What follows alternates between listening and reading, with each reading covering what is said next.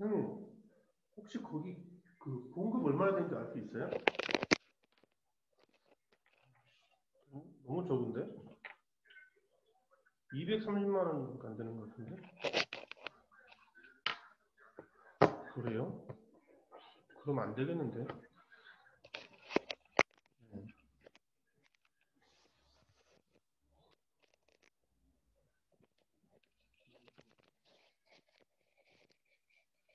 어떻게 되지? 모르겠네.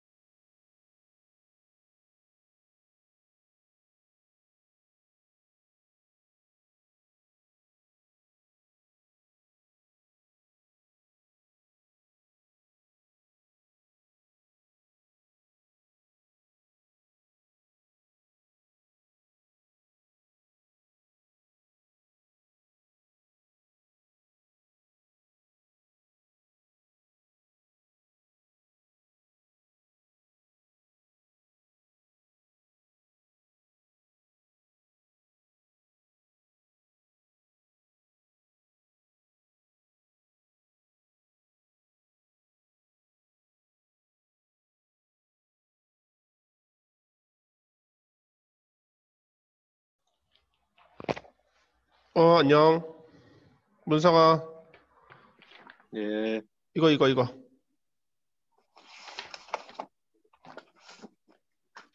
근데 왜, 동훈은 왜 안 와? 글쎄요. 잠깐만, 동훈 전화 좀 해보고 올게. 예,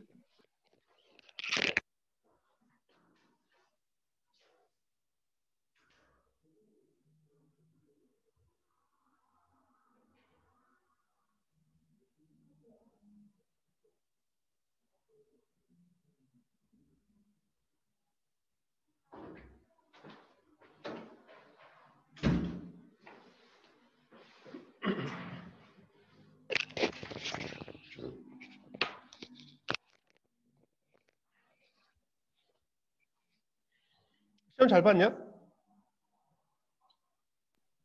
아직 모르겠어요. 채점 안 해봤어? 예, 왜? 못 봐서?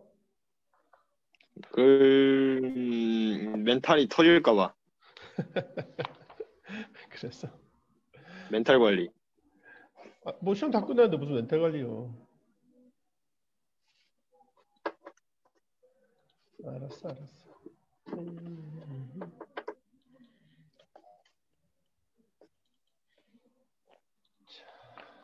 가요.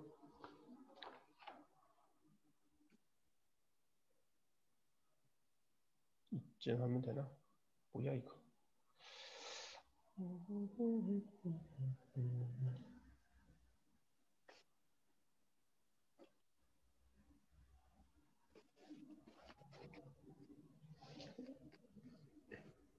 어떻게 나는지 모르겠네. 모르겠다. 자, 첫 번째 여기 우리 지금 24초까지 8개, 16개 작품을 이제 후다닥 한번 보고 갈 거예요. 다음 주에 시간이 어떻게 되는지 모르겠다. 이거 다 할 수 있을지 모르겠네. 아,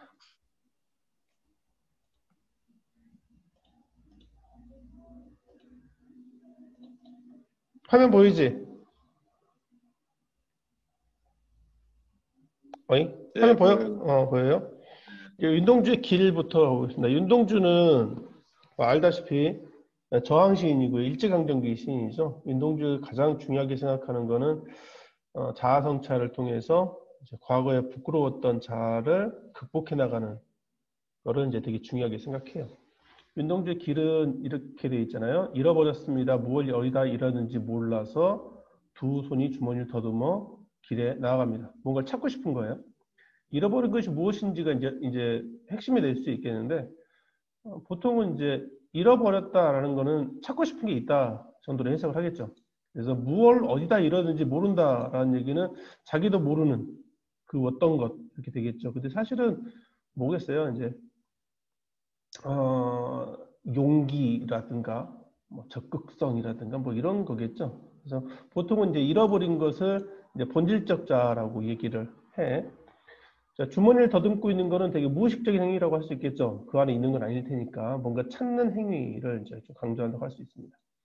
돌과 돌과 돌이 세 번 반복했어요. 반복은 강조, 운율을 만든다. 그래서 끝없이 연달아 길은 돌담을 끼고 갑니다. 했어요. 자, 길에 나아가서 뭘 찾고 싶은데 돌담이 지금 가로막고 있는 거예요. 3년에 보면 그게 쇠문을 굳게 닫고 있다고 하죠. 돌담과 쇠문은 아마 동일한 의미를 가지고 있을 거고요.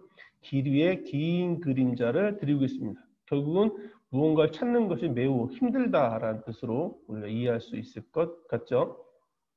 그래서 이제 여기 돌담, 쇠문, 그림자 이런 건 다 부정적인 의미를 갖고 있습니다.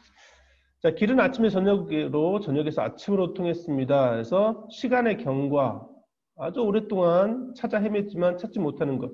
하지만 중요한 건 아침으로 간 거죠. 아침에서 저녁으로는 방황이고요. 저녁에서 아침은 밤을 지나가는 거기 때문에 뭔가 이겨내는, 포기하지 않는 모습이라고 할 수 있겠고요. 돌담을 더듬어 눈물 짓다 쳐다보면 하늘은 부끄럽게 푸릅니다. 부끄럽다는 단어가 역시 윤동주니까 나오죠. 자, 돌담을 더듬어 눈물 짓는 것을 아마 찾지 못한 거에 대한 안타까움을 얘기할 테고요. 하늘을 쳐다보면서 부끄럽다라고 느끼는 거는 하늘이 자신의 도덕적인 잣대가 된다고 해석할 수가 있겠죠. 자, 풀한폭이 없는 이 길을 걷는 것은 풀한폭이 없는 이 길, 그러면 아마 당대 역사적인 상황, 일제강점기라고 얘기할 수 있고요. 풀한폭이 없는 이런 희망도 없는 이 길을 내가 걷고 있는 것은 담 저쪽에 나가 남아있다. 이 담 저쪽에 나가 본질적 자. 그죠? 내가 사는 것은 다만 잃은 것을 찾는 까닭입니다. 내가 사는 것은 결국 뭐예요? 담 저쪽에 있는 나, 본질적 자를 찾아가는 것. 안 들었어요? 예, 알겠습니다. 자, 그래서 그 본질적 자를 잃어버렸다. 이렇게 보통 이런 거 이제 윤동주의 시에서 본질적 자가 도대체 뭐냐? 그러면은 자신의 부끄러움을 극복한 자 이렇게 얘기가 되는 거예요. 그래서 그것을 끝까지 찾아내겠다. 그것이 나의 삶의 목표다라고 이야기하고 있는 거죠. 그래서 이런 것들이 윤동주의 그 약간 좀 의지적인 모습을 담고 있다라고 할 수 있을 것 같습니다. 자, 두 번째가 김남조의 겨울바다예요. 김남조의 겨울바다. 김남조의 대표작이라고 할 수 있죠. 김남조의 설일, 겨울바다 두 개가 대표작인데 개인적으로 설일이 더 쉽다라고 생각하는데요. 자, 겨울바다에 가보았지 그랬습니다. 겨울바다. 자, 쭉 보면은 2연, 3연, 4연, 4연을 보면은 겨울바다가 또 나옵니다. 그리고 마지막에서 겨울바다 3번 나오죠. 그래서 이 겨울바다의 의미가 시가 전개되면서 점차 변화를 겪게 돼요. 자, 겨울바다에 가봤습니다. 우리가 일반적으로 겨울바다는 올해 1월 1일 날 사람들 그렇게 모인다는데 원래 겨울바다는 삭막하고 황량하고 사람들 없고 춥고 을씨년스럽고 그래서 미지의 새, 보고 싶던 새들은 죽고 없었다. 미지의 새, 미지 알지 못하는 새죠. 보고 싶던 새예요. 그러니까 겨울바다에 간 것은 뭔가 보고 싶은 새들이 있었던 거예요. 무언지 모르는 새. 뭔가 그러니까 그 황량한 바다에 가려고 하는 이유가 새를 보고 싶었다. 새는 보통 이제 하늘하고 땅을 연결해주는 존재이기 때문에 뭔가 의미, 삶의 의미 이런 것들을 얘기한다고 보통 얘기를 하는데 어쨌든 내가 보고 싶었던 뭐야 이거 잠깐만.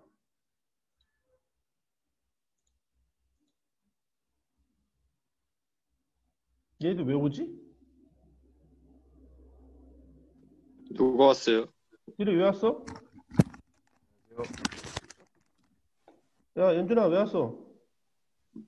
그 아직 영어 영어가 터졌나 보네. 아직 어? 영어가 안 해요. 영어를 안 한다고? 네. 잘못 표기한 거 아니야? 그 잘못 표기한 거 아니에요? 아닌데.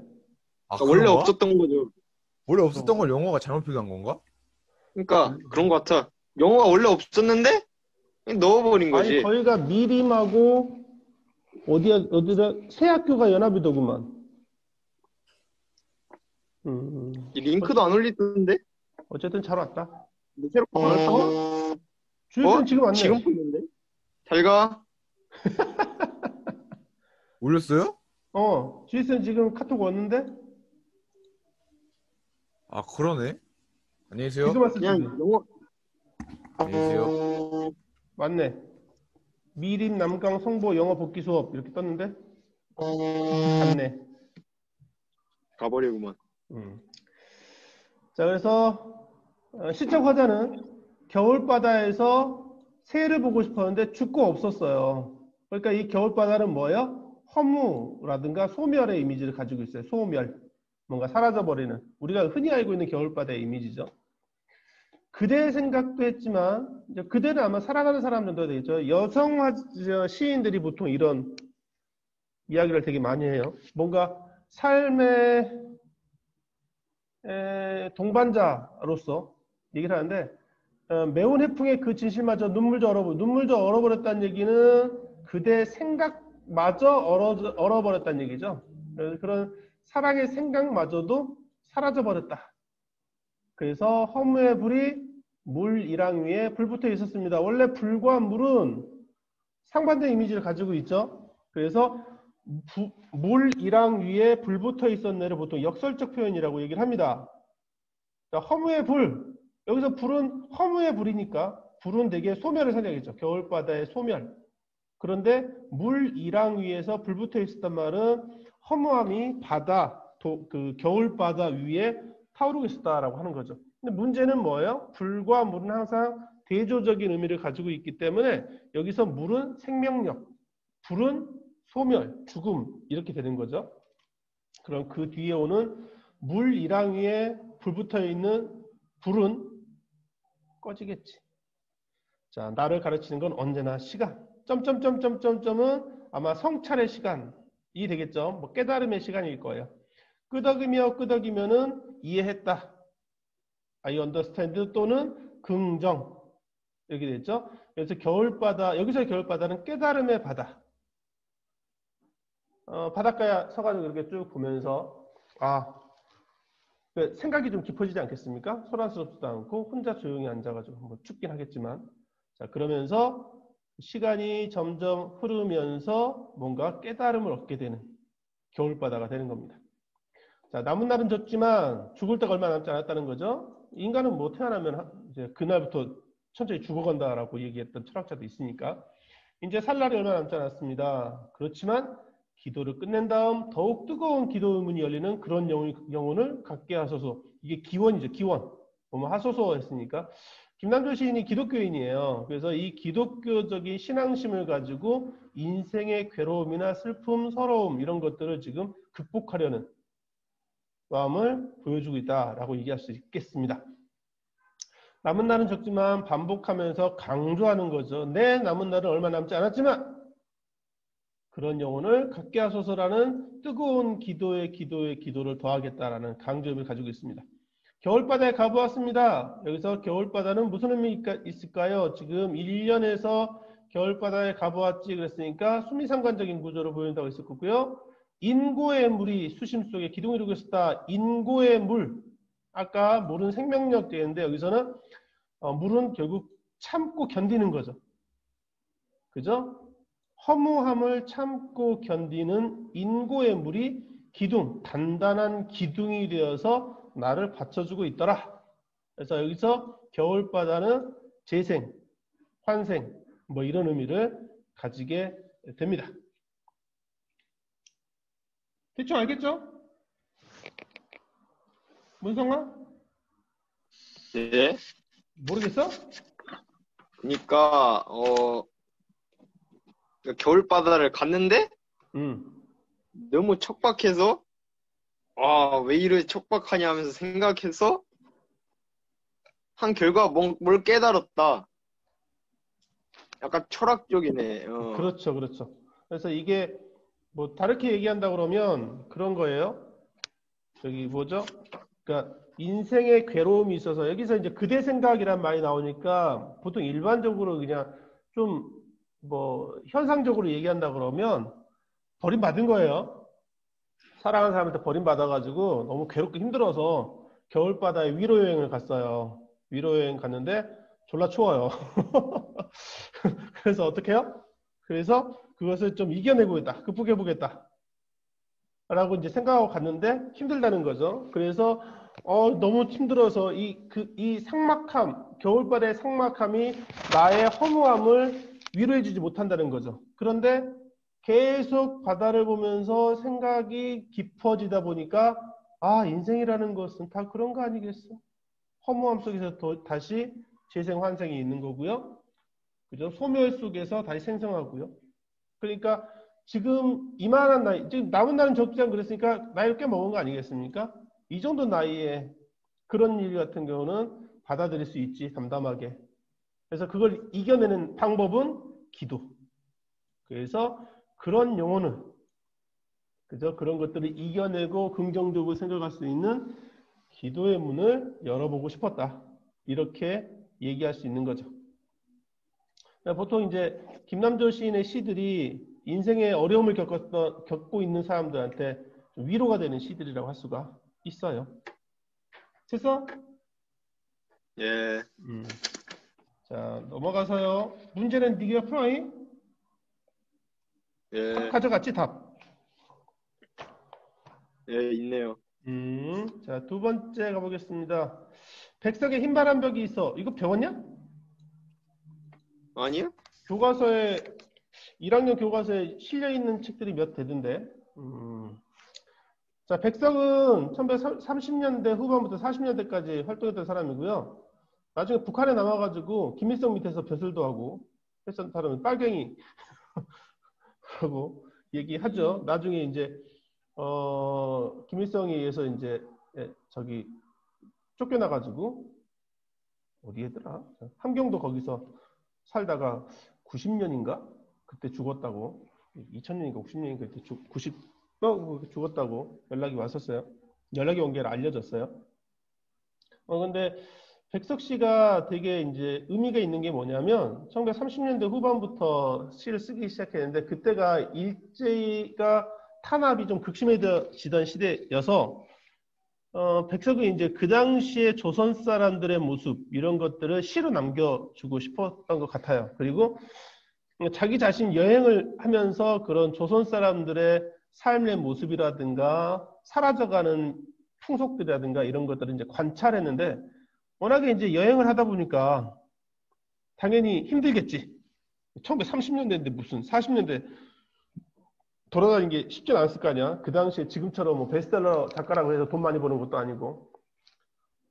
자, 그래서 우리 저기 뭡니까?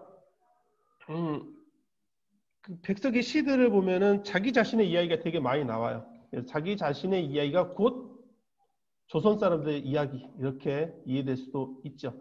그래서 흰 바람벽 할 때 바람벽은 벽입니다. 벽. 벽의 순 우리말이 바람이에요. 바람. 근데 바람이 살랑살랑 부는 윈드라는 바람하고 워낙 발음이 똑같다 보니까 사람들이 이제 구별하기 위해서 바람벽 이렇게 발음했던 거죠. 그러니까 바람벽은 벽벽 이런 뜻이 됩니다. 시골에서 사투리에는 바람벽이라고 하는 사람들이 되게 많이 있어요. 저도 어렸을 때 그랬었는데 흰 벽을 보면서입니다. 이 흰 바람벽은 기본적으로 그 영화의 스크린의 역할을 합니다. 자신의 공상, 상상하는 것들이 비춰지는 공간이죠. 비춰지는 공간이죠. 자, 그래서 그 벽에 무엇이 비춰졌느냐를 보면 될 것 같습니다. 오른쪽 여기 좁다란 방에 흰 바람벽에 지금 여행하면서 들어갔던 방입니다. 그죠? 어쩐지 쓸쓸한 것만이 오고 간다. 왠지 쓸쓸한 것만 비춰지고 있습니다. 내가 작은 방에 들어가서 오늘 하룻밤 잠자려고 누웠는데 흰 벽에 스크린처럼 주마등처럼 스쳐가는 나의 인생길이 다 쓸쓸하게만 비춰지는 거죠. 맨날 여행만 했으니 뭐 행복한 적이 있었겠어요. 이 흰 바람벽에 희미한 15촉 전등이 지친 불빛을 내어 던지고 있습니다. 여기 15촉 전등이 혹시 뭔지 알아? 15촉? 촛불 15개의 밝기를 보여주는 전등을 얘기합니다. 지금은 이런 거 쓸 수가 없죠. 일제강점기니까. 15촉. 옛날에 나 어렸을 때 30촉 뭐 이런 거 되게 많이 썼었는데요. 15촉은 진짜 흐리죠. 그러다 보니까 뭐 어른거리는 것도 많고 그러다 보니까 상상하게 되고 그렇게 되겠죠. 지친 불빛입니다. 지친 불빛. 자신의 지쳤다는 것을 여기다가 감정이입하고 있죠. 떼글은 다 낡은 무면사스가 어두운 그림자를 쉬게 하고 있습니다. 여기 떼글은 다 낡은 무면사스는 이퀄 자기 자신이라고 할 수 있겠죠. 어두운 그림자. 그리고 또 달디단 따끈한 감주 술이죠. 한 잔 먹고 싶다고 생각하는 내 가지가지 외로운 생각이 흰 바람벽에 비치고 있습니다. 그런데 이것이 또 어인일인가? 이 흰 바람벽에 가난한 늙은 어머니가 비칩니다.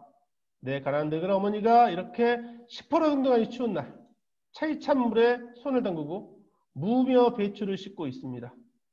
그러니까 이렇게 고생하시는 어머니, 또 내 사랑하는 사람이 있는데 내 사랑하는 옆에 사람은 어느 먼 앞대 조용한 개포는 개펄 바닷가의 나지막한 집에서 그의 지아비와 마주 앉아 대국국을 끓여놓고 저녁 먹는다. 벌써 어린 것도 생겨서 옆에 끼고 저녁 먹는다. 이게 뭘까요? 그의 지아비. 내 사랑하는 어여쁜 사람이 그의 지아비. 이게 시적 화자일까 아니면 딴 남자일까? 왠지 백석은 딴 뺏겼나 남자일까? 봐요. 어? 뺏겼나 봐요. 백석이 워낙 바람둥이여가지고 여자들이 좀 많았었죠. 어쨌든 그래서 늙은 어머니나 사랑하는 사람들이 생각나면 더 괴롭겠죠. 난 여기서 뭐 하고 있나. 자신의 슬픔이나 서글픔이 좀 더 깊어질 거예요. 자, 그런데 또 이지막하여 어느 사이엔가 이 흰 바람벽에 내 쓸쓸한 얼굴을 쳐다보며 이러한 글자들이 지나갑니다. 이제 거의 뭐 자막까지 들어가고 있는 거죠. 나는 이 세상에 가난하고 외롭고 높고 쓸쓸하니 살아가도록 태어났다. 운명론적인 세계관이라고 합니다. 옛날 사람들 운명에 대한 그 믿음이 좀 강했죠. 특히 못 사는 사람들, 괴롭고 힘든 사람들은 해봐도 그거를 벗어날 수 없기 때문에 그래서 이제 운명론에 빠지게 되는 거죠. 그리고 이 세상을 살아가는데 내 가슴은 너무나 많이 뜨거운 것으로 호젓한 것으로 사랑으로 슬픔으로 가득 찬다. 이게 나의 모습이다. 이 개떡 같은 인생. 그리고 이번에는 나를 위로하듯이, 나를 울력하듯이, 울력이라는 말이 밑에 보면 여러 사람이 힘을 합하여 일한다라고 했는데 이 말이 전혀 안 통하잖아요. 그러니까 힘으로 밀어대듯이 정도로 해석할 수 있을 것 같습니다. 눈짓을 하며 주먹질을 하며 이런 글자에 지나간다. 이게 이제 자기를 위로하는 말이죠. 하늘이 이 세상을 내일 적에 그가 가장 귀해하고 사랑하는 것들. 요거죠, 요거. 뭐예요? 가난하고 외롭고 높고 쓸쓸하고 그리고 언제나 넘치는 사랑과 슬픔 속에 사람들로 만드신 것이다. 그래서 여기 있죠. 여기 나는 가난하고 외롭고 높고 쓸쓸하게 살아가도록 나는 어디입니까? 사랑으로 슬픔으로 가득 차 있는데 하늘이 가장 귀해하고 사랑하는 것들은 이렇게 사는 거라고 지금 얘기하고 있는 거죠. 그게 뭐예요? 나는 하늘이 점지한 대로 살아가고 있다. 운명이다. 그러니까 어떻게 해요? 슬퍼할 일도 아니다. 자, 이렇게 그가 가장 귀하고 사랑하는 것들에는 뭐가 있어요? 초생딸이 그렇고 바구지꽃이 그렇고 짝새가 그렇고 당나귀가 아주 순결하고 순수한 것들을 얘기합니다. 프란시스 샘, 도연명, 라이넬 마이랄 릴케처럼 그 가난 속에서 예술혼을 불태웠던 사람들. 하늘이 가장 귀하게 생각하고 사랑하던 것들을 이렇게 예를 들어서 플러스 누구? 시적 화자까지. 그래서 아유, 내가 이렇게 살아가는 건 내가 예술가로서 당연히 그렇게 살아야지 라고 위로하고 있는 거죠. 대충 아시겠어요? 네. 여기 이제 하이픈이 있는 두 부분에서 이쪽은 약간 슬프고 절망적인, 하지만 그 슬픔과 절망을 극복하고 이겨내는 구절이라고 할 수 있겠습니다. 약간 좀 예술가는 그래야 되지 않겠어? 라고 하면서 안 되지. 예술가도 먹고 살아야 되는데. 자, 박용래 월훈입니다. 월훈은 달무리, 여기 달무리라고 하는데요. 이거는 이제 원경에서 근경으로 가는 걸 얘기합니다. 첩첩삼중에도 없는 마을, 그죠? 갱쑥 같은 마을 안에 뭐가 있어요? 콩깍지처럼 후미진 외딴 집이 있고요. 이 외딴 집에 노인이 살고 있습니다. 그리고 그 외딴 집 노인의 벽에는 겨울 귀뚜라미가 울고 있고요. 밖에 눈이 내리고 있습니다. 거기에 뭐가 비쳐요? 창호지에 눈발을 치는지 창호지에 달 그림자가 비치고 있다. 되는 거죠. 네, 시선의 이동을 지금 이야기하고 있는 겁니다. 알겠죠? 자, 첩첩산중에도 없는 마을이 여기 있습니다. 잎진 사이길, 이파리가 진 사이길, 저 모래뚝 그 너머 강기슭에도 보이진 않습니다. 아주 궁벽진, 꽉 막힌 허방다리를 드러내면 보이는 마을이다. 허방다리는 함정이죠, 함정. 함정 허방다리라고 합니다.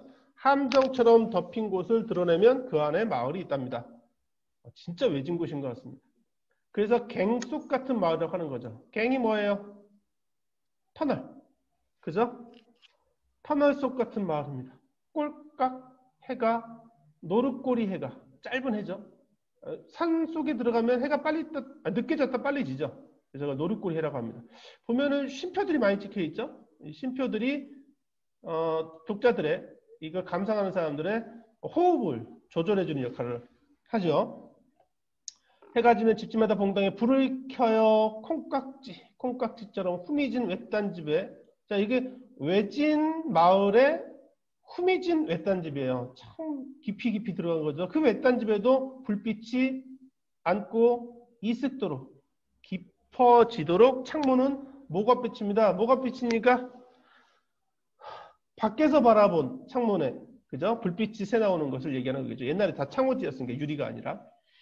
긴 밤입니다. 외딴 집 노인은 홀로 잠을 깨어 출출한 나머지 물을 깎기도 하고 고구마를 깎다.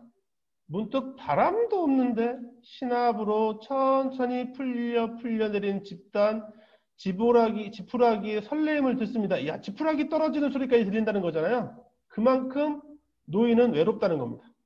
귀를 모으고 들어요. 그게 궁금한 거예요. 바람도 없이 조용하기 때문에 이런 게 들리는 거죠. 후루룩 처막깃에 날에 묻는 이름 모를 새들의 온기를 생각하고 숨을 죽이고 생각합니다. 그러니까 지푸라기, 풀려내리는 지푸라기의 소리, 이름 모를 새가 처막기 속에 들어가서 둥지에 들어가서 이렇게 앉는 그런 것들을 생각하고 있습니다. 여기서 새들의 온기가 뭐예요? 외딴 집 노인이 갖고 있지 않은 외로움에 반대되는 개념이라 할 수 있겠죠. 이런 것들 생각하고 있습니다.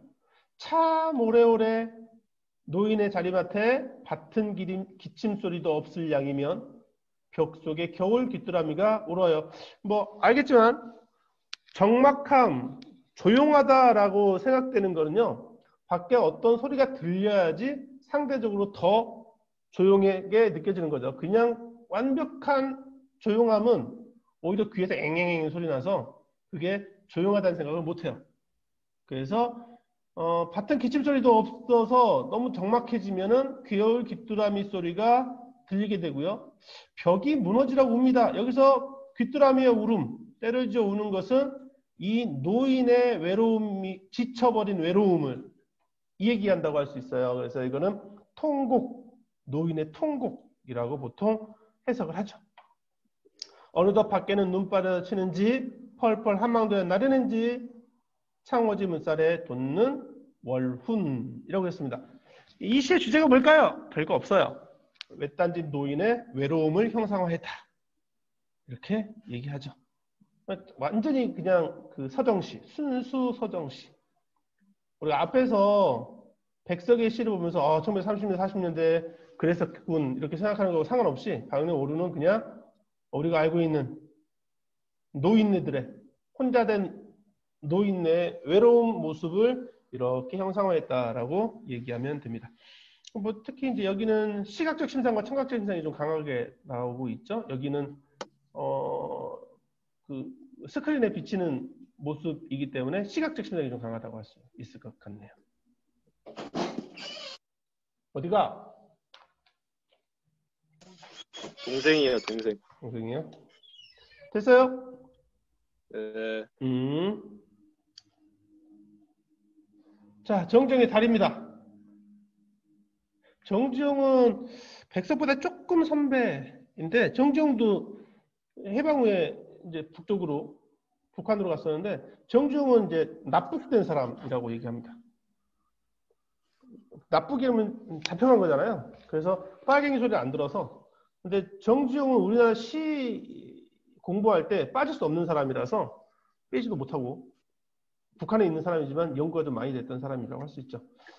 정지용은 그러니까 시문학파에서 운율도 되게 좋아하고요. 그 다음에 모더니즘 쪽에도 가입을 해서 약간 저기 회화적인 시도 되게 많이 남겼어요. 그래서 정지용은 약간 성격이 하나로 이야기하기 좀 어려운 사람인 것 같아요. 우리가 알고 있는 정지용 시 중에 대표적인 게 그 유리창 일이 있잖아요. 아들 죽은 다음에 쓴 시. 그게 대표적이라고 할 수 있겠습니다. 달입니다. 달. 자, 선뜻 뜨인 눈에 하나 차는 영창. 영창이 그림자 영자 이렇게 된 거죠. 그 유리 없는 창문. 창호지 붙인 창문 있죠. 이렇게 양쪽 여는 거. 그걸 영창이라고 하는데 달림은 영창으로 이런 우리 시도 있잖아요. 노래. 달이 이제 밀물처럼 밀려오다. 현재어로 되어 있습니다. 그죠? 밀려오다. 자, 이게 선뜻 뜨인 눈에 달이 왔으니까 밤에 지금 잠을 깬 거예요. 근데 이 달빛이 너무 환하고 밝아서 감동적이었나 봅니다. 미혹한 잠과 베개를 벗어나 부르는 이가 없이 부르는 사람도 없는데 불려나갔다. 뭐 이건 역설법인가요? 그죠? 달빛에 이끌려서 밖으로 나갔습니다. 마당으로 나갔어요. 한밤에 홀로 보는 나의 마당은 호수같이 둥긋이 차고 넘친다. 뭐가? 달빛이. 쪼그리고 앉은 한 옆에 흰 돌도 이마가 유달리 함처럼 고와라. 흰 돌은 달빛을 받아서 곱게 보이고 있는 거죠. 그죠? 그러니까 이 흰 돌은 결국 화자와 비슷한 뭐 그렇게 얘기했어요. 감동을 이끌어내는 소재 이렇게 할 수 있을 것 같습니다. 연연하던 녹음. 여기서 녹음은 나뭇잎이 진해지는 초록색으로 진해지는 걸 얘기하는데 연연하다고 했으니까 연하게 아직 연두색의 연한 초록색이었던 빛이 여기 그 나뭇잎이 수묵으로 짙어집니다. 이거는 여름이 됐다는 뜻보다는 달빛에 비쳐서 어두우니까 더 짙은 느낌이 든다는 얘기겠죠. 한창 때 곤한 잠인 양 지급법이죠. 그죠? 숨소리 설키도다. 그러니까 녹음이 숨소리가 설킨다 그러니까 이걸 화리법이라고 할 수 있겠죠. 그죠? 그러니까 바스락바스락거리는 모습을 지금 이야기하고 있는 것 같습니다. 숨소리가 얽히고 설켜서 나에게 들린다라는 거니까 그러니까 청각적 신상도 있겠네요. 비둘기는 무엇이 궁금하여 구구 우느냐? 오동남이야 못 견디게 행들었구나. 이거는 이제 진짜 물어보는 것이 아니라 비둘기가 우는 모습이 밤에 왜 울지? 뭐 이런 것들을 얘기하고 있죠. 시의 주제는 달밤의 정취. 그윽하구만. 이런 거죠. 이런 시를 우리가 꼭 배워야 하나. 시의 아름다움을 이야기할 때 이런 작품들이 보통 나오게 됩니다. 별로 어렵진 않죠? 이 사람은 그렇게 느꼈다라고 생각하면 되는 거니까 별거 아닌 것 같습니다. 오케이? 네. 뭐 이해를 하고 있는 건지 모르겠다.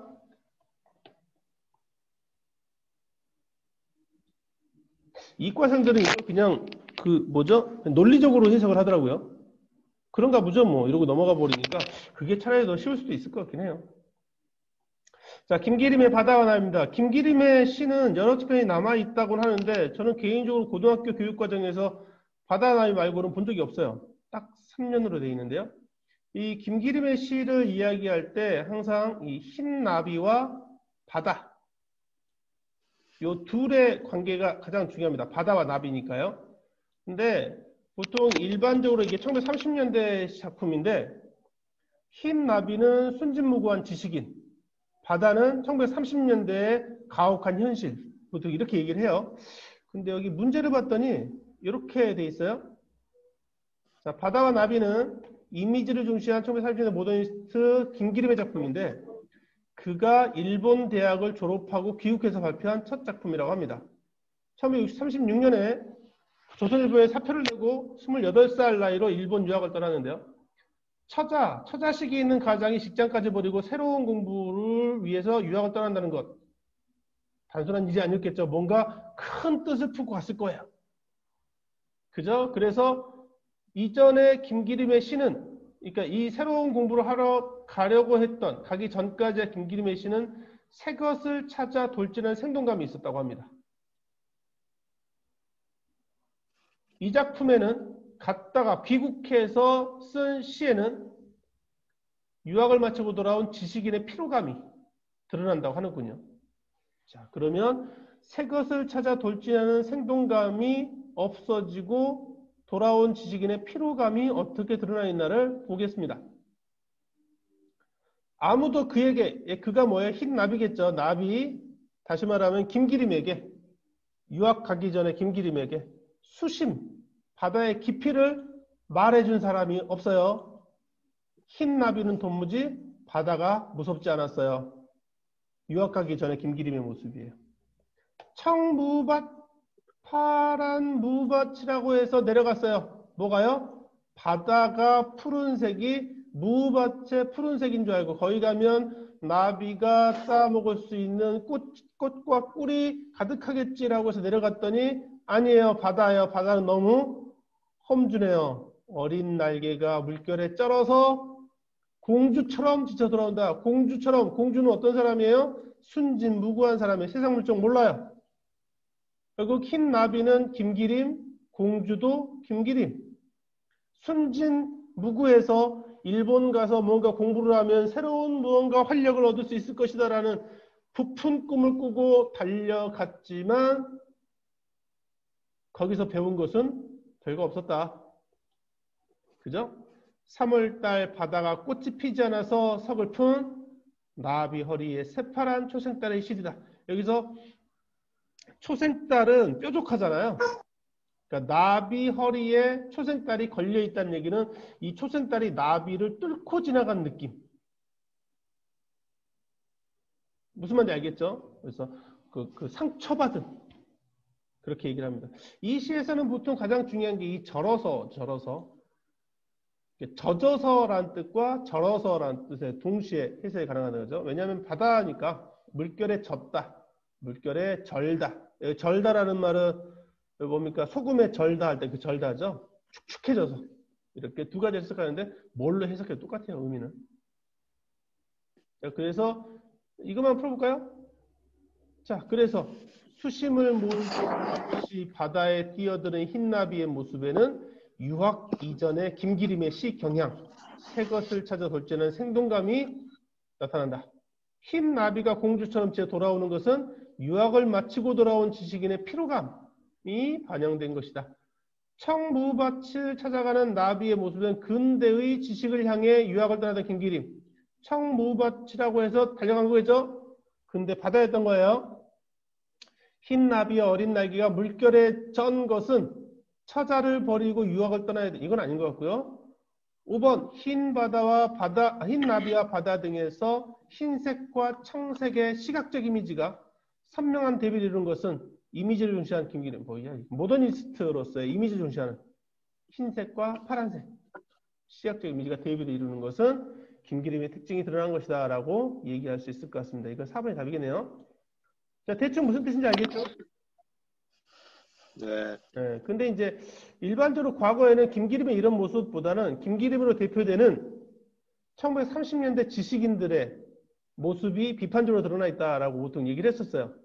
다시 말하면 이 흰 나비는 일본이 일제가 우리를 근대화시켜주겠지라고 생각했던, 그래서 일제의 한반도 지배에 대해서 긍정적으로 생각했던 사람들에게 세상이, 국제 질서가 그렇게 만만한 게 아니다라는 것을 알려주고 그것을 깨달은 지식인의 한탄, 이미 후회해도 소용이 없다라는 그런 한탄이 들어있다라고 보통 예전에 해석했었는데, 김기림의 삶으로 해석해도 별 차이가 없을 것 같긴 하네요.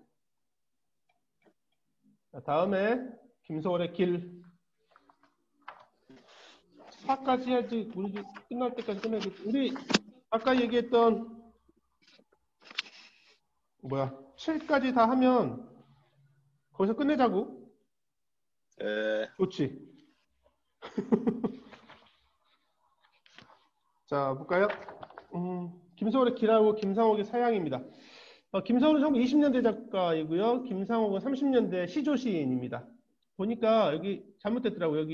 여기서 엔터를 쳐야 돼요. 이렇게. 연이 바뀌어요. 참고로 알고 계세요. 뭐야?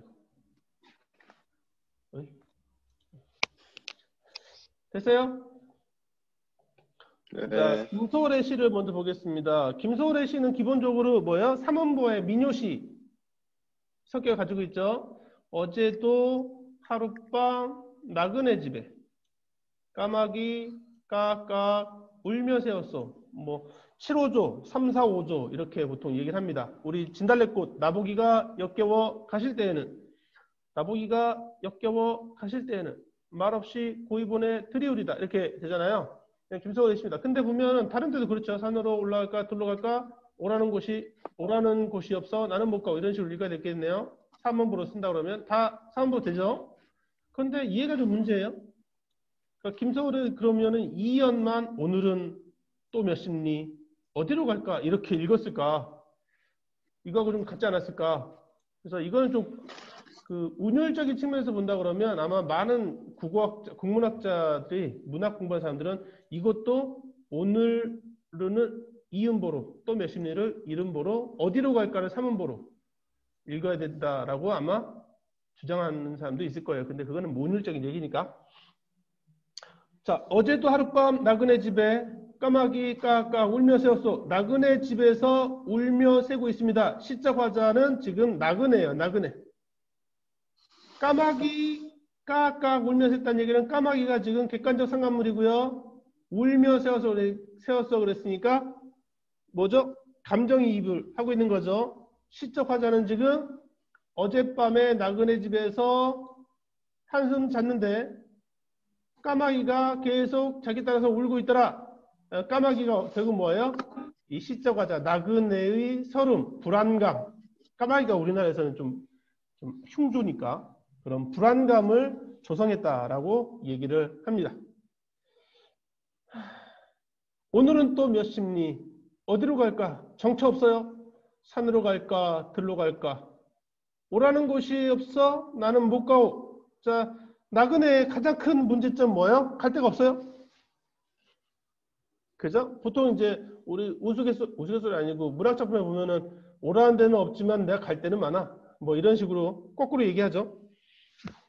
주객전 들어가나요? 그죠? 그러니까 어젯밤에 하룻밤 샜으니까 오늘 아침에 또 어디를 가야 되는데 어디로 갈지 모르겠다는 거예요. 오라는 곳이 없어요. 정처 없는 나그네의 서름, 객수를 이야기하고 있습니다. 자, 말마소 내 집도 정주곽산 차가고 배가는 곳이라고. 다시 말하면 뭐예요? 정주곽산이 자기 고향이에요. 실제로 김소월의 고향이에요. 차도 가고 배도 갈 수 있는 곳이에요. 근데 나는 못 가요. 그죠? 이게 나그네의 서러움을 더 깊어지게 하고 있는 거죠. 왜 못 가는지는 그건 중요한 게 아니고요. 원래 이과 애들은 그거 되게 중요하게 생각하는데 왜 못 가는데요? 가면 되지? 자, 여보소 공중에 저 기러기. 자, 기러기한테 여보소라고 불렀습니다. 의인화시켜 있죠. 공중엔 길 있어 잘 가는가? 라는 말은 너는 공중에 길이 있어 잘 가는가? 나는 길이 없어 못 간다 라는 말이겠죠. 그래서 기러기하고 서로 대조적인 처지에 있는 거라고 할 수 있겠습니다. 인간이라는 것이 사실 이런 걸 많이 따지게 되죠. 동물들이 어디 가서 가든 말든 어디서 싸든 말든 어디 죽든 말든 다 그렇게 그냥 선미처럼 살아가는데 사람들 거기에 뭔가 의미를 준다 이거죠. 여보소 공중에 저 기러기 열십자복판에 내가 섰어. 열십자복판 네 거리 사거리에 서서 나는 어디로 가야 할 것인가. 길은 네 개나 돼 있는데 나는 갈 데가 없다. 갈등 고민 이게 뭐예요? 인생길을 얘기합니다. 인생길. 인생이라는 건 계속 갈림길이 나오죠. 무엇을 판단해야 할지 어떤 길로 가야 될지를 계속 결정을 해야 됩니다. 그리고 대개는 그 한 번의 결정이 내 인생을 모든 걸 송두리째 바꾼다고 생각하죠. 여러분들이 중학교에서 뭐 중학교까지 이제 가는 거니까 고등학교를 선택할 때 고등학교 올라와서 문과일과 결정할 때 선택 과목을 뭘 들을지 선택할 때마다 어떻게 해요? 이것이 다 끝이냐 고민하게 되죠. 사실은 별거 없어요. 자, 갈래갈래 갈린 길이라도 내게 바위는 전혀 갈 길은 하나 없어. 지금 인생길에 꽉 막혀버려서 어떻게 해야 될지 모르는 인간의 고민. 인간 본연의 고민이라고 할 수 있겠죠. 동물들은 걱정 안 해요. 그냥 가버리고 말지. 그죠? 이런 인간의 숙명을 이야기하고 있다고 할 수 있겠습니다. 너도 그러냐? 잘 모르겠냐? 김상욱의 사양입니다. 사양은 생각사자의 고향향자. 고향을 그리워하다. 뭐 네가 대답하기가 좀 애매할 것 같아서 내가 그냥 안 듣고 혼자서 수업하고 있는 거야. 예. 재미없죠? 아니요, 집에 와가지고 사람. 아, 그래요. 듣고만 있어요, 그냥. 자, 이게 시조예요, 시조. 시조의 운율에 대해, 여기는 그러니까 삼음보, 여기는 사음보겠죠. 눈을 감으면 굽이 잦은 풀밭길이. 사음보, 개울물 돌돌돌 길서프로 흘러가고, 백양숲 사립을 가린 초집들도 보이고, 여기 이제 초집, 초가집이 초가집. 그러니까 초가집들도 그러면 5글자가 되니까 글자 수 줄이기 위해서 초집이라고 썼습니다. 3434, 3434, 3543 사립을 가린 초집들도 이렇게 되죠. 그래서 시주의 운율을 가지고 있다. 정형시다. 뭐 이런 얘기를 할 수 있겠는데 특히 이제 보면은 눈을 감으면 그랬어요. 눈을 감으면 이 뭐예요? 회상이죠. 회상. 회상의 시작. 그래서 끝에 보면 감았던 그 눈을 뜨면 하고 대응하게 됩니다. 그죠? 그래서 처음으로 끝으로 시작해서 끝난 회상의 시작과 끝. 고향을 생각하는 거죠. 자, 굽이 잦은 풀밭길, 개울물 돌돌돌 기서 흘러가고 백양수 사립을 갈 초집들도 보입니다. 멀리서 바라 원경이죠. 원경. 멀리서 바라본 풍경이에요. 개울물 돌돌돌 하는 거 보니까 시각과 청각이 지금 이어져 있습니다. 송아지 몰고 오며 바라보던 진달래가 저녁 노을처럼 산에 둘러 퍼질 것을 계절감, 봄을 이야기하고요. 엄마씨는 엄마의 엄마. 엄마의 그리운 솜씨. 무슨 솜씨?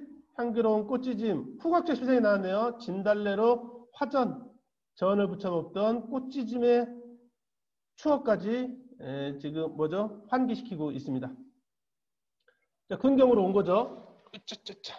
마을 속으로 들어갔습니다.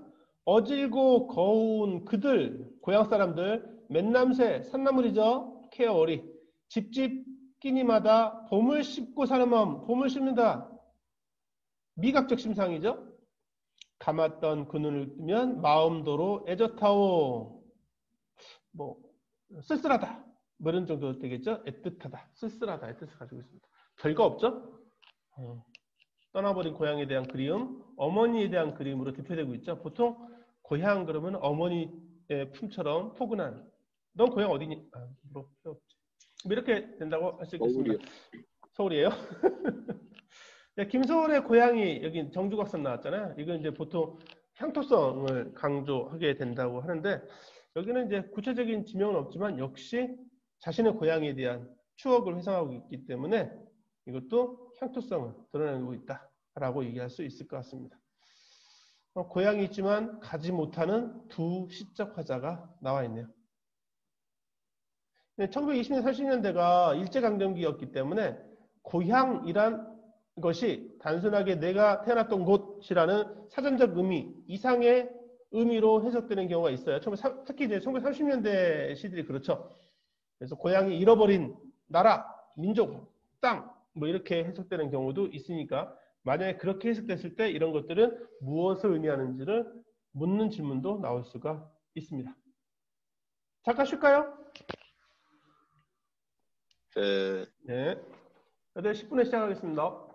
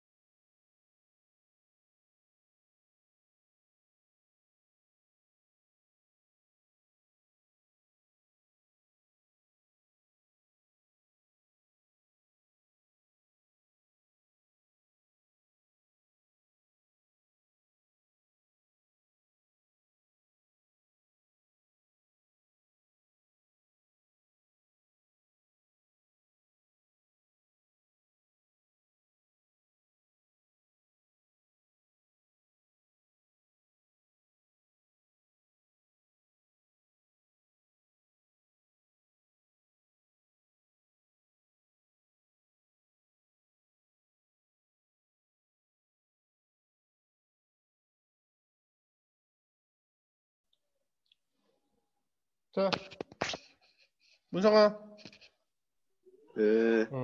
뭐야? 재미없지? 왜? 재미없지? 글쎄요. 음. 자, 이용학의 다리 위에서 하고 김종규 선탄제인데 이용학의 다리 위에서는 최근에 이제 수특이라든가 모의고사에 가끔 나오고 있어요.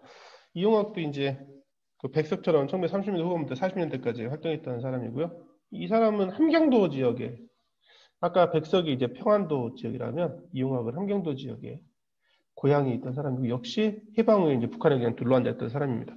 근데 어떻게 살았는지는 잘 모르겠네요. 백석에 비해서는 그렇게 눈에 띄는 그런 활동은 저도 한번 찾아보고 싶긴 하네요. 자, 바람이 거센 밤이면 몇 번이고 꺼지는 네모난 장명등을. 장명등은 밤에 저기 그 이정표처럼 피워놓은 불빛을 이야기합니다. 옛날에는 이제 등잔 같은 걸로 했었죠. 괴짝 밟고 서서 몇 번이고 새로 밝힐 때, 몇 번이 꺼지는 걸 새로 밝힐 때, 누나는 별 많은 밤이 되어 무섭다고 했다. 뭔 소리인지 모르겠죠? 국수집 찾아가는 다리 위에서 문득 그리워지는 누나도 나도 어려선 국수집 아이 그랬습니다. 어린 시절을 회상하고 있어요. 여기가 어렸을 때 이야기이고요. 여기는 현재예요. 자, 단오도 설도 아닌 풀벌레 우는 가을에 단 하루 아버지의 제삿날만 일을 쉬고 어른처럼 고글했다. 아버지가 없어서 힘들어요. 인생이 힘든 모습을 바람이 거센 밤 장명등이 꺼진다는 얘기는 미래가 어둡다는 뜻이 되겠죠. 몇 번이고 다 새로 밝힌다는 얘기는 그렇게 열심히 힘들게 살아왔다는 얘기가 될 테고요. 누나는 별 많은 밤이 되어 무섭다고 했다. 별 많은 밤은 일반적으로 긍정적인 의미인데 무섭다라고 한 거 보면은 아버지가 없어서 자기를 보호해줄 어른들이 없어서 두려웠다는 얘기를 하고 있는 겁니다. 실제로 이용학의 아버지가 거기 그 함경도에서 그 밀수하던 사람이었다고 해요. 일제강점기 때 밀수해서 먹고 살았던 사람이라고 하는데 밀수하던 사람들이 워낙 생명을 내놓고 하는 거라서 이용학 그 아버지가 이제 어려서 돌아가셨다고 얘기를 합니다. 자, 국수집 찾아가는 다리 위에서 문득 그리워지는 누나도 나도 어려서 국수집을 있잖아요. 그러니까 어렸을 때 이제 국수집을 했었던 것 같아요. 먹고 살려고. 그래서 그 국수집을 다시 찾아가고 있는 거죠. 사실은 다시 찾아가는 이유가 뭐예요? 아버지 제삿날에 찾아가는 거예요. 근데 그날 단오도 설도 아닌 풀벌레 우는 가을철 단 하루 아버지 제삿날만 이루시는 거죠. 이 국수집에서 누나와 나는 어떻게 해요? 1년에 딱 하루 이루시면서 아버지 도대체 우리를 두고 왜 돌아가신 거예요 하면서 고글했다는 과거에 어렸을 때 힘들게 살았던 시절을 회상하는 시입니다. 그래서 과거, 현재, 과거 이렇게 되죠.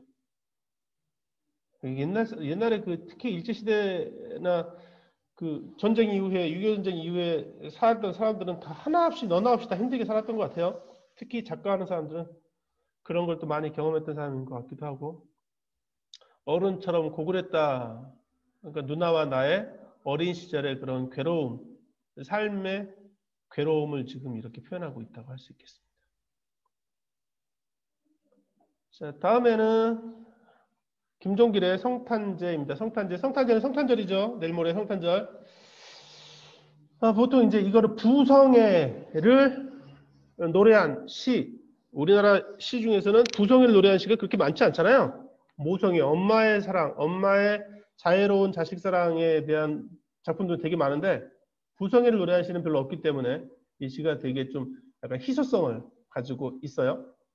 자, 어두운 방 안에 빨간 숯불이 피고 외로이 늙은 할머니가 애처로이 잦아드는 어린 목숨을 지키고 계셨다. 여기서 어린 목숨이 시적 화자의 어린 시절을 얘기합니다. 역시 회상, 과거 회상을 얘기하는 거죠. 빨간 숯불이 붉은색, 눈 속에 흰색. 아버지가 약을 가지고 돌아오셨다. 이 아버지가 눈을 헤치고 따오신 그 붉은 산수열매, 눈 속에 있는 붉은 산수열매, 흰색과 붉은색이 서로 대비를 지르고 있죠. 어두운 방 안에 빨간 숯불은 어두운 검은색 위에 붉은색 숯불 불빛을 얘기합니다.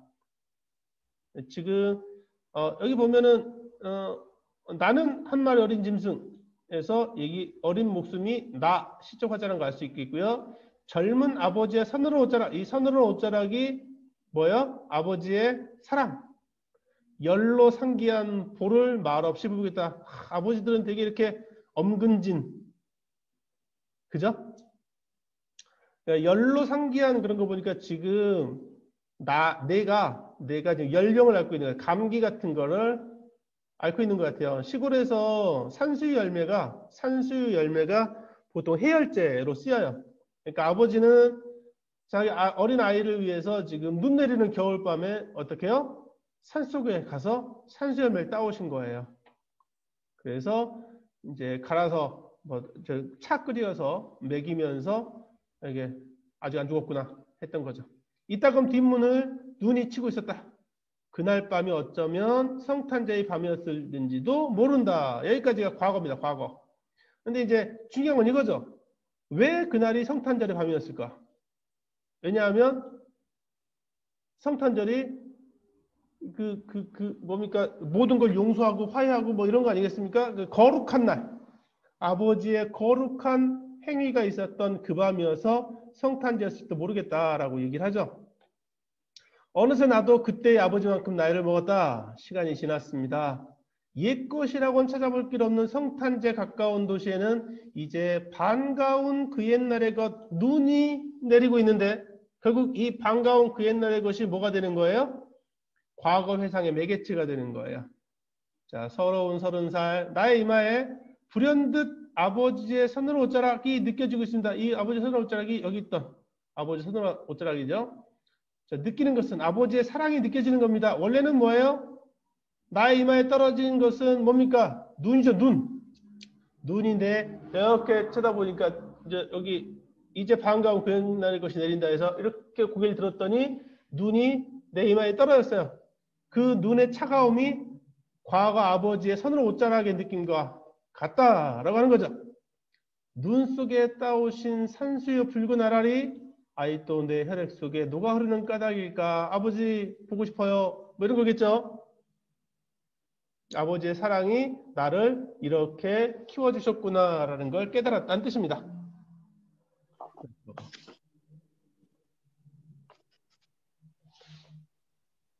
여기서는 아마 다리가 이 위에 이용하기 다리 위에서는 이 다리 위가 아마 과거 회상의 매개체가 아니었을까 싶네요. 그죠? 이용하기 여기 나오네요. 그죠? 목 아파. 됐냐? 네. 지금 가시는 과거, 현재, 과거라고 한다 그러면 나시는 과거, 현재, 끝 이렇게 돼 있는 거네요. 6이다 6. 힘들어. 6은 진짜 중요하다. 유명한 작품 2개 딱 나와 있습니다. 유치원의 생명에서. 이거 공부한 적 있어?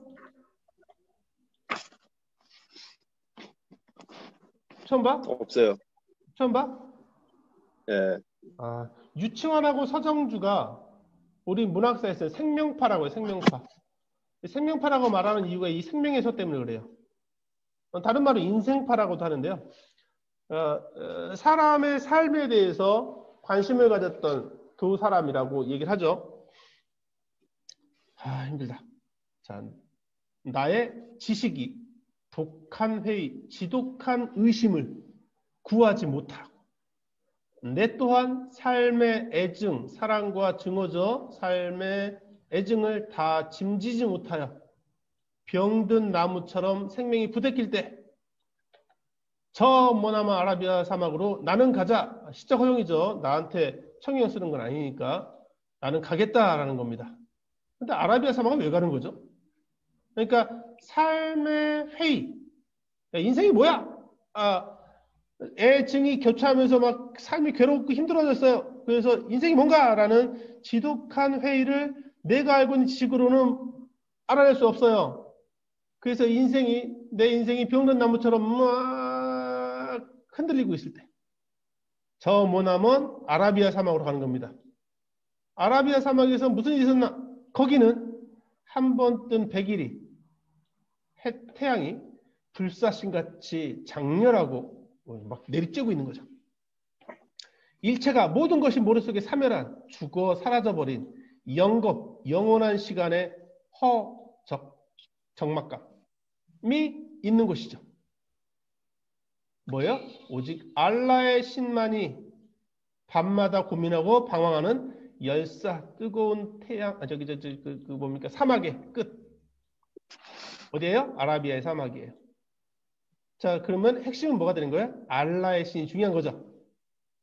삶의 회의감을 해결하기 위해서 알라의 신을 찾아 나섰던 모하메트의 뭡니까? 그 고행. 그걸 해보고 싶다는 겁니다. 삶이 무엇인가를 혼자서 한번 찾아보겠다는 거죠. 그죠? 뜨거운 태양이 내리쬐고 머릿속에 사멸한 영겁의 적막감 속에서 알라의 신만 밤마다 고민하고 방황하는 그 열쇠의 끝에서 그 열렬한 고독 가운데 옥자락을 나부끼고 홀로 서면 운명처럼 반드시 나와 대면하게 될 거다. 이 나가 뭐예요? 진리의 나가 되는 거죠. 내가 알고 싶어하는 회의감 속에 있는 나. 그러니까 회의를 이겨낸 의심을 벗어난 나와 대면하게 될 거다. 인생이란 무엇인가, 생명이란 무엇인가를 깨달은 나를 찾을 수 있을 거다. 다시 말하면 깨달을 수 있게 될 거다. 반드시 깨달을 수 있을 거다. 그래서 나란, 나의 생명이란, 그랬으니까 이 따옴표 찍은 나는 이퀄 나의 생명이 되는 거죠. 생명의 의미 이렇게 될 것 같습니다. 그 원시의 본연한 자태가 나의 생명, 나예요. 다시 배우지 못하거든. 이렇게 했는데 반드시 나와 대면할 텐데 만약에 대면을 못한다면 차라리 나는 어느 사구에 회한 없는 백골을 쪼이라 죽어도 좋다.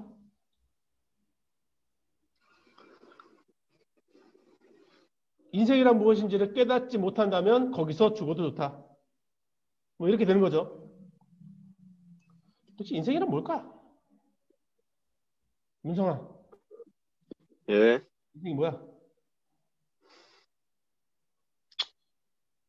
태어나서 살아가는 거겠죠, 뭐. 그렇게 하면 저기 편한데 아까 얘기했던 것처럼 동물처럼 그냥 막 살아가면 좋겠는데 그렇게 살지 말라고 하니까 말이지. 그렇지 않냐? 사람마다 인생이라 생각하는 게 다르겠죠, 뭐. 그러니까 근데 그거를 왜 사람들이 특히 어른들이 애들한테 그걸 막 강요한단 말이지. 이렇게 살아. 주입식 교육에 약간 폐해? 그지? 응. 나도 그렇게 생각을 해. 그게 문제야. 아니 우리나라는 그 사회에서 요구하고 있는 인생길이 너무 고정돼 있어. 다양한 삶에 대해서 되게 터부가 강해. 왜 그렇게 살아? 이런 말이 되게 많잖아. 그죠? 근데 문성이 너는 되게 좀 정직하게 우리가 흔히 얘기하는 그 정석의 길로 지금 살아오지 않았냐? 내가 보기 그래 보이는데? 그런 거랑 그런 거겠죠, 뭐. 그지? 근데 왜 이렇게 불만이 많지? 왜 불만이 많은 거야? 어? 그게 마음에 안 들었을 것 같아요. 자, 어쨌든 유치원 생명의서에서는 여기 따옴표의 나와 그냥 나. 이 둘이 서로 다른 존재. 그래서 보통 자의 분열, 자를 이중적 자 이렇게 얘기하죠. 아까 윤동주의 시에서도 부끄러워하는 현재의 나와 부끄러움을 극복한 미래의 나, 현실적 자와 본질적 자 뭐 이렇게 얘기를 하는데 그거하고 좀 비슷한 거라고 할 수 있겠죠. 여기서 이제 따옴표 찍힌 나는 본질적 자. 도대체 인간이란 무엇인가, 인생이란 무엇인가, 삶이란 무엇인가, 나는 누구인가 이런 거 할 때 그 나죠.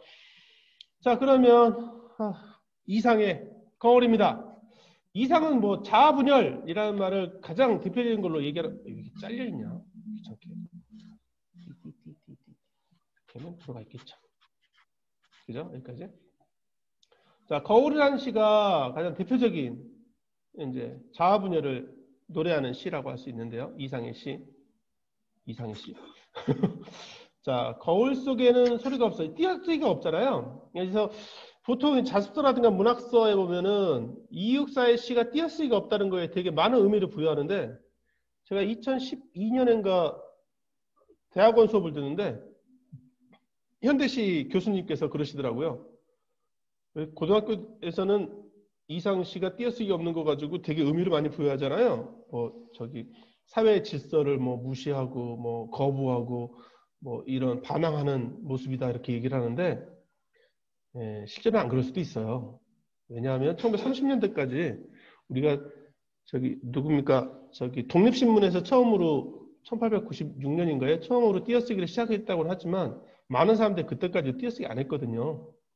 띄어쓰기 하자고 이제 공식적으로 얘기했던 게 1933년에 한글 맞춤법 통일안 나올 때 띄어쓰기 하자고 얘기했던 거라서, 그 뒤에도 띄어쓰기 안 하는 작가들은 엄청나게 많아요. 이렇게 얘기하는데, 뭐라고 해야지? 아, 내가 지금까지 공부했던 게 정말 좀 허접한 지식이었구나. 그런데 그 뒤에도 학생들한테 가르칠 때마다, 야, 띄어쓰기 없지? 이게 이상의 그 이상한 성격이 드러난 거야. 사회의 질서에 대해서 거부하는 그런 것도 여기 드러났다고 할 수 있지. 이렇게 얘기를 해요. 자습서도 나와 있고. 지금도 그래요. 이래도 되나? 아는 게 병인가? 이런 생각을 하기도 합니다. 그죠? 그지 않냐, 문성아? 이것도 주입식 교육이 약간 폐해. 그러니까 뭔가 답은 하나밖에 없다 이렇게 얘기하는 거 있잖아요. 그지? 그래서 이제 예를 들어서 띄어쓰기 안 한 것이 이상의 그런 사회에 대한 불만 혹은 그 사회 질서에 대한 거부라고 해석할 수 있다 이렇게 얘기하면, 아니라고 썼으니까 그럴 가능성이 없는 건 아니니까 네 그렇겠습니다 하는데, 그거 다라고 단정적으로 얘기하는 건 좀 어폐가 있지 않느냐라는 게 그 교수님의 얘기였고요. 그 교수님 하신 말씀이 그거였어요.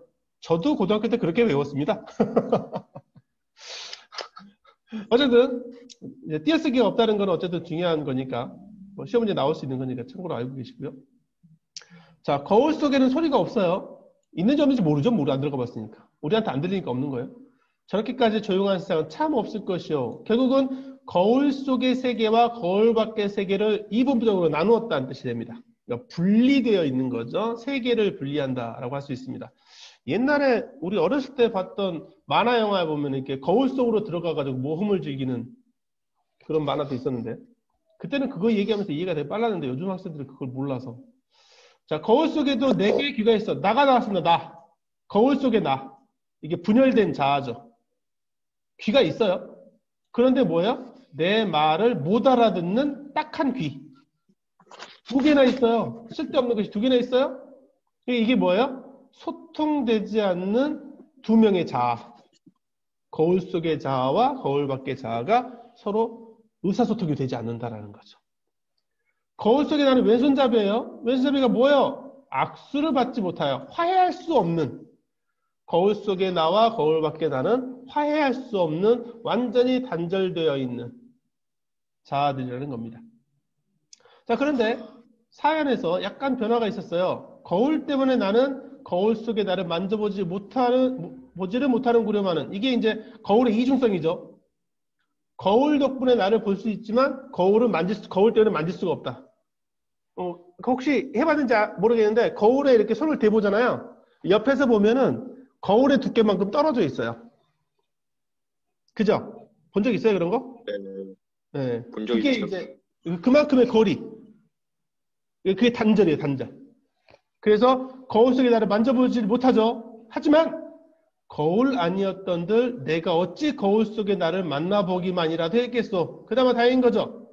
그러니까 화해 가능성이 있는 거예요. 어이구, 여기 또 엔터가 안 쳐져 있네요. 자, 나는 지금 거울을 안 가졌소만은 거울 속에는 늘 거울 속에 내가 있어. 이게 핵심입니다. 요 줄이 되게 중요하죠. 잘은 모르지만 외로된 사업의 골목. 외로되는 외로운이라고 하는데, 여기서 외로되려면은 자기만의, 나와 떨어져서 거울 속에 나만의 사업에 골몰하고 있을 것이요 라는 거죠. 골몰할게요 라는 말은 공부할게요가 아니죠. 볼몰할 것이요. 아마 그럴 거다. 확신이죠? 이 말이 무슨 소리냐면 거울 속에 있는 나가 거울 밖에 있는 나와 완전히 다른 인격을 가지고 있는 인격체. 그래서 자아 분열의 심화라고 보통 얘기를 합니다. 다른 나예요. 제발 거울 속에 있는 나는 나처럼 찌질하게 살지 않았으면 좋겠다. 이런 생각을 하게 되는데. 자, 마지막입니다. 거울 속에 나는 참나. 자, 거울 속에 나 그리고 참나. 서로 대비를 이루고 있는 거죠. 반대지만 또 꽤 닮았어요. 나는 거울 속에 나를 근심하고 진찰할 수 없으니 퍽섭파워에서 아까 얘기했던 화해 가능성을 여쭤보고 있는 거죠. 그래서 여기 보면은 1, 2, 3, 4연과 6년에서 거울 속에 나와 참나가 서로 소통하고 싶어하는 약간 정신병자 같은 느낌이 들죠. 그래서 여기 나와 있는 나의 분열, 그러니까 깨닫기 이전의 나와 깨달은 이후의 나를 이제 구별한다 그러면 여기는 아예 현재 두 명의 자아가 따로 있는 거를 얘기하는 거죠. 재밌지 않냐? 이런 거 보면 재밌는 것 같은데. 시인들의 그런 상상력이라고 해야 될까요? 이런 것들이 참 대단하다라는 걸 이런 거 볼 때마다 느낍니다. 뭐 자아성찰도 있고요. 예. 자, 264가 나왔습니다. 어쩐지 왜 안 나오나 했습니다. 264의 설정. 이게 마지막인가요? 확실히? 8까지 있는데? 젠장. 자, 7. 264의 설정은 배웠죠? 네. 너무 유명해서, 그죠? 간단히 얘기하면 매운 계절의 채째에 갈겨 마침내 북방으로 휩쓸려오다. 자, 수평적인 극한. 하늘도 그만 지쳐 끝난 고원, 서리빨 칼라진 그 위에 수직적인 극한. 어이다 무릎을 꿇어야 하나 한 발 제겨 디디고 쫓아없다. 그 극단적인 환경 속에서의 나의 생각, 그 시적화된 생각, 이러면 눈 감아 생각해 밖에 겨울은 강철로 된 무지개인가 보다. 이게 뭐 핵심이죠, 그죠? 일제강점기를 얘기합니다. 이육사는 저항신이기 때문에 일제강점기라는 상황을 어떻게 극복할 것인가에 대한 고민이 많았어요. 일제강점기는 어떤 곳이에요? 이런 곳이고 이런 곳이에요. 지금은 더구나 지금 절정에 이르렀어요. 수평적인 절정, 수익적 절정. 이제 한 점에 서리빨 칼날진 그 위라는 그 꼭대기 점에 올라와 있는 거죠. 그러니까 어떻게 해요? 무릎을 꿇을 데도 없고 옆으로 한 발 디딜 곳조차 없는 거죠. 그죠? 여기서 어디다 무릎을 꿇어야 하나라는 말은 굴복하는 겁니다. 그런데 지금은 너무 극한적인 상황이라서 굴복할 수조차 없다는 거죠. 그래서 어떻게 해요? 눈 감고 생각해 보니까 어떻게? 강철로 된 무지개인 거예요. 자, 이 극단이 뭐예요? 우리 어디 그림이 있나? 이렇게 보면 이렇게 된 거죠. 이 꼭대기. 이 꼭대기는 어떤 곳이에요?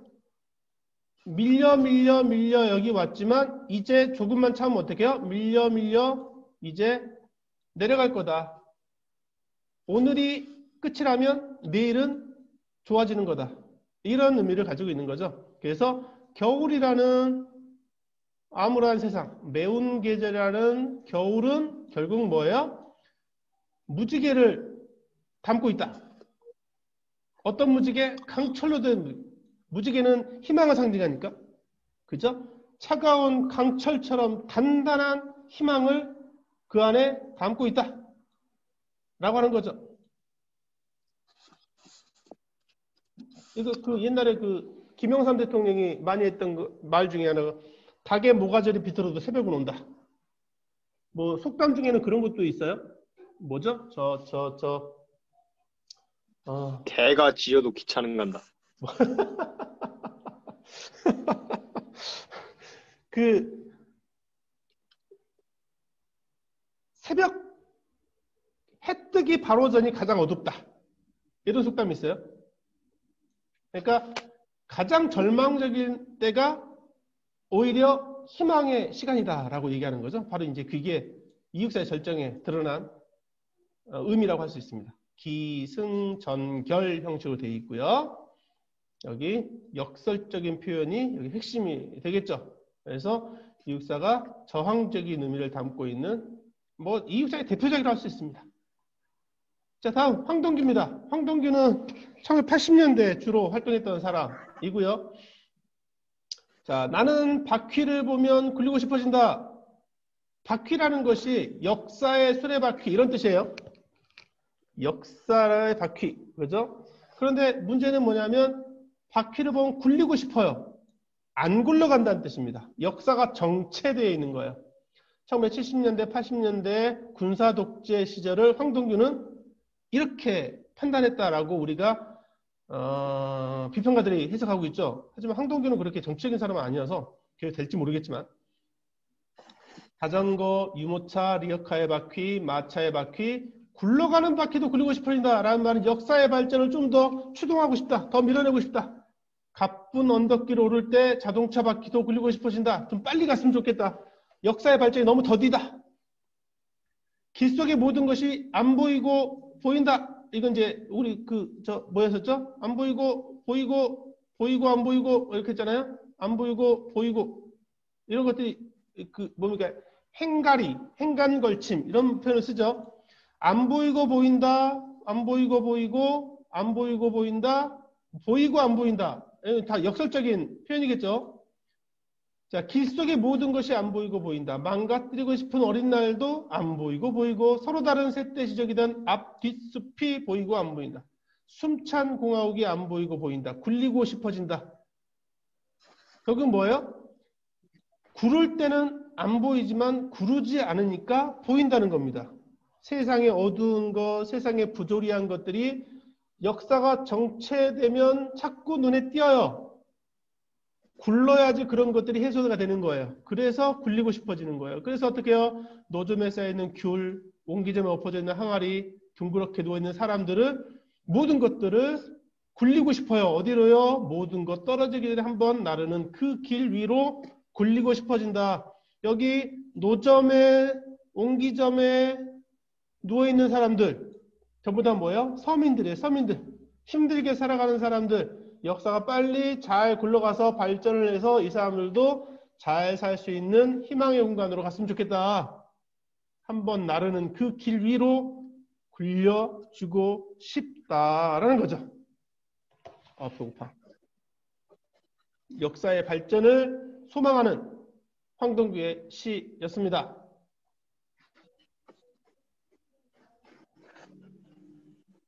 1970년대였어요. 80년대, 이게 80년대 작품이었어요. 어쨌든 황동규는 참고로 황순원 선생의 큰아들. 이분도 이제 70 넘었죠. 곧 또 소식 오겠군요. 자, 8번째 마지막 김광균의 최서정과 고재종의 면면함에 대해. 고재종은 되게 여기저기서 작품이 많이 나오죠. 그죠? 고재종의 첫사랑. 우리 안 배웠냐? 고재종 씨? 배웠어 안 배웠어? 배웠어? 안 들은 것 같은데. 그래? 그 신사고에 있었던 것 같은데? 신사고 국어에? 니네는 신사고 아니지? 천재박이지?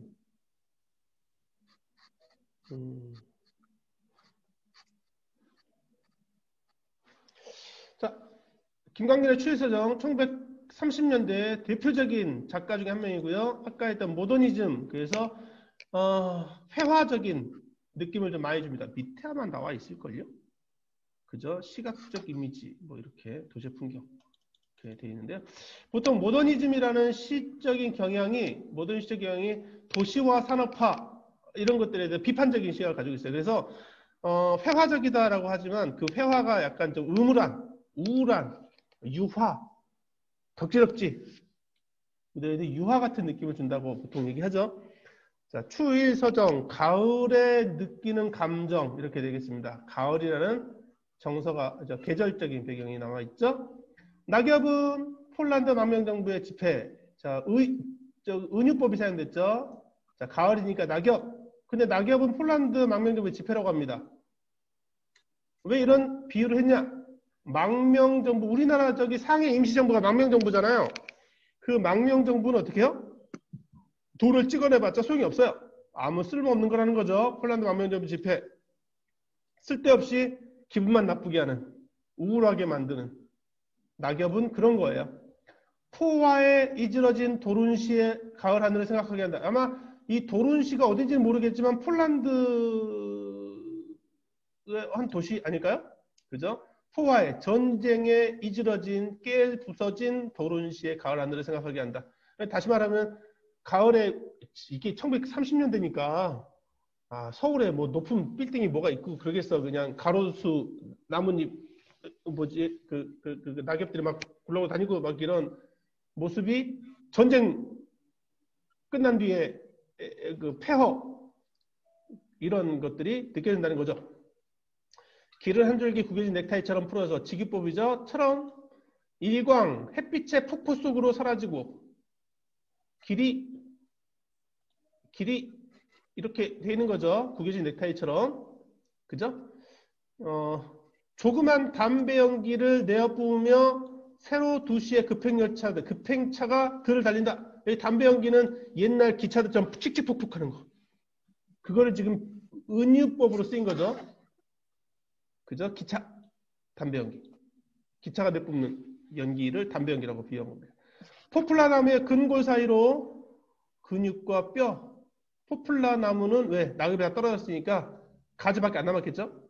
공장의 지붕은 흰 이빨을 드러낸 채 공장에 이렇게 돼 있다는 거죠. 공장 지붕들이 이렇게 이어져 있는 거를 얘기합니다. 무슨 말인지 알겠죠? 이렇게. 자, 흰 이빨을 드러낸 채 한 가닥 구부러진 철책이 바람에 나부낍니다. 원래는 나뭇가지가 바람에 나부껴야 되는데 철책이 인간들이 만들어낸 그죠? 도시화를 지금 이야기하고 있습니다. 그 위에 셀로판지로 만든 구름이 하나. 구름을 뭐예요? 인간이 만든 인위적인 셀로판지로 지금 비유하고 있는 거죠. 그러니까 도시화 산업화되고 그 현대화되고 근대화되는 모습들이 다 뭐예요? 자연성을 잃어버리고 있는 거에 대한 부정적인 시선을 이렇게 표현하고 있는 겁니다. 셀로판지로 만든 구름, 구부러진 철책이 바람에 나부끼고 뭐 이렇게 되는 거죠. 자, 자욱한 풀벌레 소리 발길로 차며 공감각적 심상이죠. 소리를 발로 차는 것은 청각의 시각화라고 할 수 있겠습니다. 시적 화자가 마침내 등장한 거죠. 홀로 황량한 새가 버릴 곳 없어. 나저 시적 화자의 행위죠. 허공에 띄우는 돌팔매하라. 이 황량한 생각을 버릴 곳이 없어서 이 풍경이 너무 썰렁하고 황량해서 그 황량함을 떨치기 위해 어떻게 해요? 돌을 집어 던졌어요. 이렇게 슝 하고 집어 던졌어요. 기울어진 풍경의 장막 저쪽에 고독한 반원을 긋고 사라져 버렸어요. 이걸 뭐라고 얘기하냐면 어디 있죠? 어딨냐? 여기 흰 이빨을 드러낸 공장의 지붕과 돌팔매가 잠겨간 어딨냐? 이거 아닌데? 여기 그 황량함을 벗어나려는 화자의 노력이라고 얘기를 합니다. 이 쓸쓸한 이 풍경에 뭔가 좀 그 흠집을 내고 싶어서 돌을 집어 던진 거예요. 슝 날아서 움직임이 있는 걸 만들려고 했는데 고독한 바람을 긋고 잠겨버렸다. 그래서 실패한 거죠.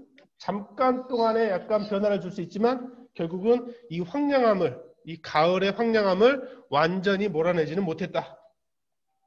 이런 의미를 담고 있습니다. 그러니까 1930년대 모더니스트들은 일제강점기에 일본인들이 만들어낸 이 근대화 도시 이런 것들이 별로 마음에 들지 않았던 거죠. 안 그래도 싫은데 식민지 모습은 얼마나 좋았겠습니까? 자, 고재종의 면면함에 대해 면면함이라는 것은 끊임없이 이어지는 걸 얘기하죠. 너 들어보았니? 저 수박 느티나무의 푸르른 울음소리. 푸르른 울음소리니까 청각의 시각화. 그죠? 느티나무가 나왔습니다. 느티나무가 이제 핵심 시어가 되겠죠? 날이면 날마다 삭풍 되게는 치고 삭풍 겨울바람이죠. 우둔지 끝에 별 하나 매달지 못하던 별을 매달지 못하던 별은 희망을 상징하니까 희망이 없었던 지난 겨울입니다. 온몸 상처증인 저 나무 느티나무가 제 상처마다에서 뽑아내던 푸르른 울음소리 겨울에 나무에서 나는 소리를 푸르르 울음소리를 합니다. 통곡소리인가요? 그죠? 괴로움을 지금 나타내는 소리라고 할 수 있습니다. 너 들어보았니? 다 청산하고 떠나버리는 마을. 다 청산해버리고 떠나는 마을. 시골 마을을 얘기하는 거죠. 고향을 떠나는 사람들의 모습을 이야기하고 있습니다. 뭐라고 얘기해요? 잔치는 아직 끝나지 않았다. 그래도 지킬 것은 지켜야 한다. 라고 얘기해주고 있는 푸르르 울음소리인 겁니다. 소리 죽여 흐느끼던 소리, 가지 팽팽히 후리던 소리가 나무가, 느티나무가 들려주는 울음소리였던 거죠. 너 왜 떠나니? 아직 우리는 뭔가 할 게 있어. 아직 끝나지 않았어. 이 고향을 지켜야 되지 않겠니? 땅을 지켜야 되지 않겠니? 라고 느티나무가 우리한테 울부짖고 있는 겁니다. 그걸 너 들어보았니? 라고 묻고 있습니다. 여기서 너는 누구예요? 떠나는 사람들, 우리 모두에게 하는 얘기입니다. 그래서 너는 독자가 돼, 독자. 오늘은 그 푸른 울음 모두 이파리 내주어 저렇게 생생한 초록의 광희를 저렇게 생생히 내뿜는데, 자, 오늘은 뭐가 되는 거예요? 겨울이 지난 봄, 여름이 되겠죠? 그죠? 초록의 광희가 있으니까요. 이파리가 있으니까요.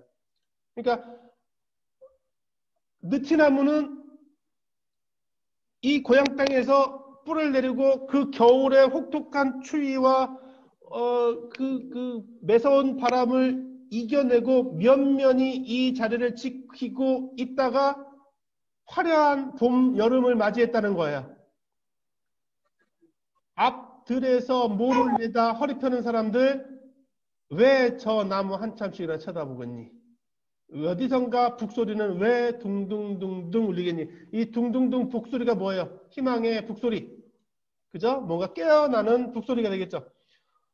앞들에서 모를 내다 허리 펴는 사람들이 나무를 쳐다보고 있는 것, 북소리가 울리는 이유는 뭐예요? 우리 이겨내고 극복해야 되지 않겠냐라는 메시지를 얘기하고 있는 겁니다.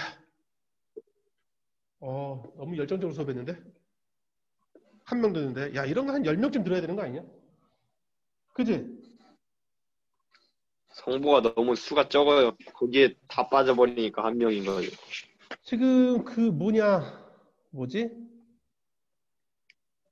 고3 되면은 어떻게 될지 모르겠는데, 야, 고3 준비는 좀 해야 되지 않을까? 너는 계속 들을 거지? 뭐요? 수업. 네? 쉬겠다는 애들이 꽤 많이 나오더라고. 잠깐 뭐라고요? 아니야.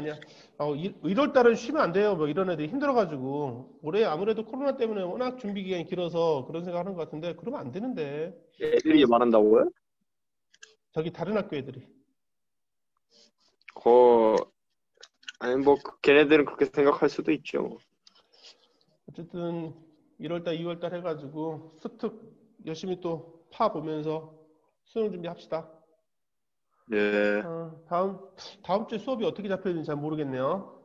다음 주에 수업이 뭐 또 휴일이 있고 막 그래가지고 일단은 수고했습니다. 문제 열심히 풀어보시고